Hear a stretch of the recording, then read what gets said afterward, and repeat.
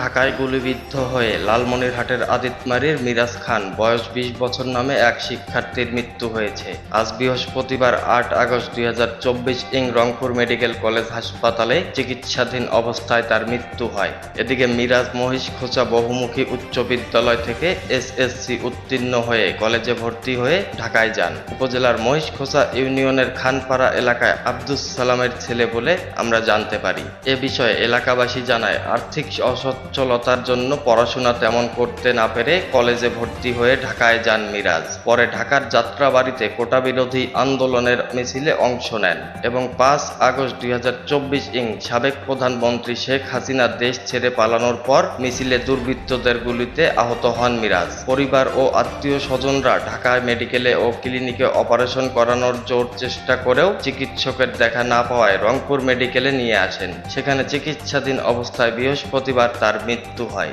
এ বিষয়ে আদিতমারী থানার ভারপ্রাপ্ত কর্মকর্তা ওসি মাহমুদুন নবী আপডেট টাইমস লালমনিরহাট অনলাইন অনুসন্ধানী নিউজ টিমকে বলেন, মিরাজ গুলিবিদ্ধ হয়ে চিকিৎসাধীন অবস্থায় মৃত্যুর সংবাদ পেয়েছি। তার পরিবারের সঙ্গে কথা বলে পরবর্তী ব্যবস্থা নেওয়া হবে।